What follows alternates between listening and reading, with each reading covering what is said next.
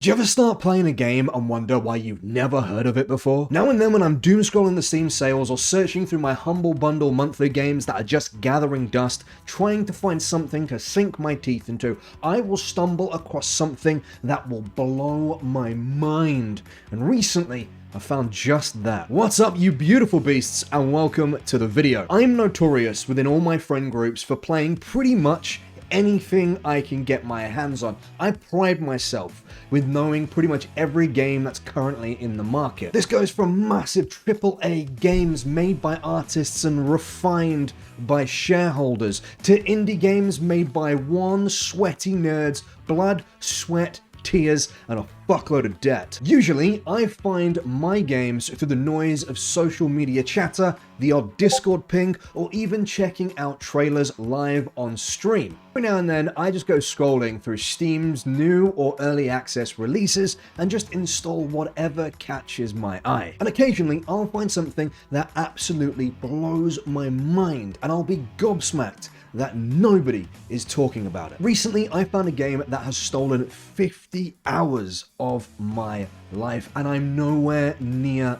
done. It's a dark, gothic game that turns fairy tales on their head. Before I tell you what it is though, you're gonna have to pay the toll of one like and one subscribe. Now, let me get this off my chest real quick. This isn't a sponsored video. Nobody's paying me anything. I legitimately just found a game that I really liked and thought y'all should know about it too. Let me introduce you to Ravenswatch, an action roguelike game set in the world of reverie, which is being corrupted by the nightmares. You play as one of several twisted storybook characters to fight back the corruption and save the day in this gritty, gothic, brutal game. Ravenswatch is pretty straightforward. You fight through 3 stages, leveling up and gathering loot as you do before facing a boss at the end of each stage. It's intentionally tough, with increasing difficulties you unlock each time you beat a run, and holy shit, does this game go hard. The true ending is only unlocked once you beat every single difficulty, which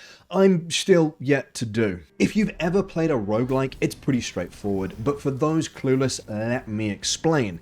Each run, you start at level 1, with no items or skills unlocked. As you play, you'll explore the map and complete events such as grimoires and treasure chests. These will reward you with loot and XP that will allow you to build your character in a specific way, whether it's survivability or huge critical hits. The loot and the skill upgrades are roughly randomized, meaning that rarely are 2 runs ever identical. When the run ends, whether you win or lose, all the loot and upgrades you had in that run are completely reset, but the character you played with gets stronger in other ways. For Ravenswatch, you unlock more abilities, giving you different options in how you level up the character in the next run. Leveling up also gives you more lore on the darkly twisted versions of the fairy tale characters that you get to play as. You get to pick from the likes of Little Red Riding Hood, but this version is cursed to become a werewolf who slaughtered her grandmother in the confusion. There's the Snow Queen, who was once a loving,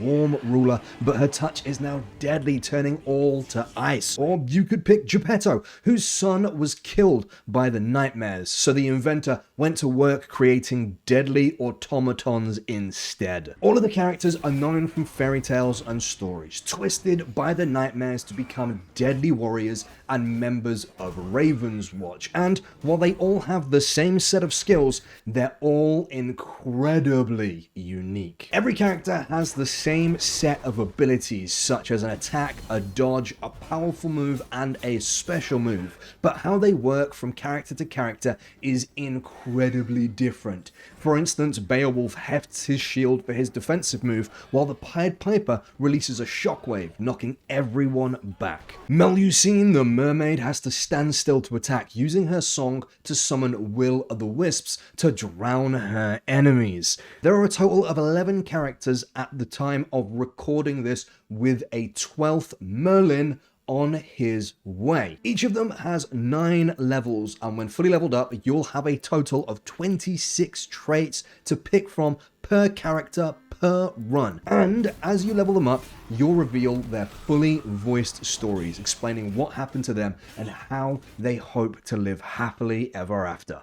Squeezing Drake's neck, my hand disobeys. I have slain the pup's mother in fury, in vain. When it comes to playing it, I struggle to pick a favorite, and it takes a while to level them up, which is why I have so many only partially leveled up. But if I had a gun to my head, I would probably pick Beowulf and his little dragon whelpling companion, setting fire to every enemy that comes across my path. It's so much fun. Alongside all the skills, there's a whole bunch of items that reference other fairy tales as well, such as Goldilocks porridge, the eternal rose, or even the holy motherfucking grail itself. These can be mixed and matched with all the abilities you find to make unique builds with each run, with the option of picking different characters that all have unique abilities and then changing those abilities depending on what options you choose. Every run feels pretty fresh, at least for the first few hours, after which you start seeing the pattern, you start seeing what builds you can make. And then it's a whole new level of fun as you try and get the most out of your character every time. And just to add to all this, once you think you've mastered everything and then knock it up a difficulty level, the game starts beating your ass like you owe it money. It starts to reach levels of Dark Souls difficulty where you're having to watch for iframes and keep a careful eye on ability cooldowns. The items you thought were dog shit to begin with are now super useful, and the ones you thought were a must-have are now completely useless. There are certain events within the game, even on the default difficulty, where you have to weigh up if they're worth doing. They're that hard. There are some quests, such as when you meet Sinbad the Sailor, that can genuinely be run ruinous if you fuck them up. Which does bring me onto some of the less awesome parts of the game. While the quests are all fun, such as climbing up Jack's beanstalk or fighting alongside Morgan Le Fay from Arthurian legend, bosses you need to fight are incredibly difficult, and just to fuck with you more, they usually have a timer, and the game is timed anyway. Every stage has a timer of around 18 minutes split into day-night cycle. However, most of, if not all, the bosses have their own timer during their fight, which makes me ask, why am I being timed twice? It feels incredibly punishing that I not only have to survive and beat a boss that can, at the later difficulties, two-shot most, if not all, of the characters, but I also have to do it on a shorter timer, even though I already only have 18 minutes to finish the entire stage. It's just kind of cruel, and unfortunately, this isn't the only place where Ravenswatch does stumble a little bit. As much as I would love to sit here and glaze the shit out of the game so that more people go and play it, so that they make more content for the game that I love, that wouldn't be fair, and I do pride myself on both the pros and the cons, so let's have a quick look at some more of the cons. As you level up your characters, you gain some options for both starting traits and different ultimate variations that either make the other options completely obsolete or are worthless compared to the starting options. Let's take Beowulf, for example. There is a weight to the wind here. Horror has made itself a home.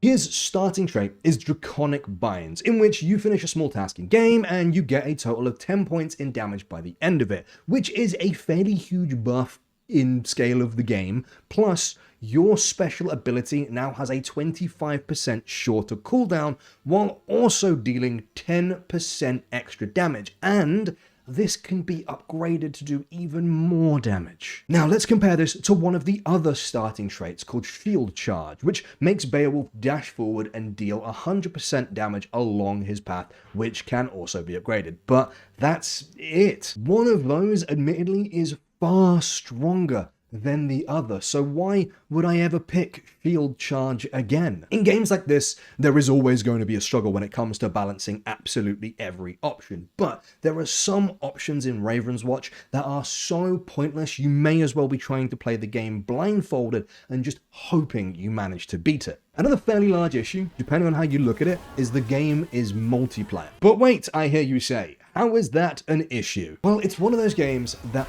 feels like a multiplayer experience even when you're playing solo, or at least that's how my experience felt. It is a perfectly solid single player experience, but when you add one or two friends, the difficulty becomes incredibly more manageable, and the waves of enemies they send your way no longer seem to be quite so large. There were a number of times when I was getting footage for this video where the game made me feel like I had to be playing this with other players for it really to click. And that being said, when you do play it with other players, holy shit is it good. For the most part, I have been playing this game in a duo and I've been having the best time. It is perfectly serviceable as a single player experience, but it really shines when you're playing it with a mate. Ravenswatch, in my opinion, is a beautifully dark gem that is fantastic to enjoy both alone and with friends. It's a fantastic twist on stories we all know and love, while being an incredible challenge to sink your teeth into. They're still releasing more content for it, having just finished their first year roadmap.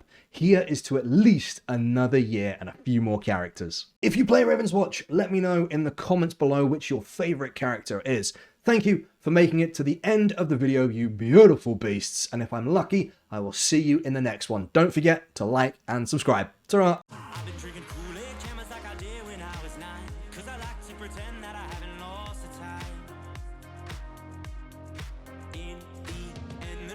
Though it tastes fine, I can only drink a couple cause it feels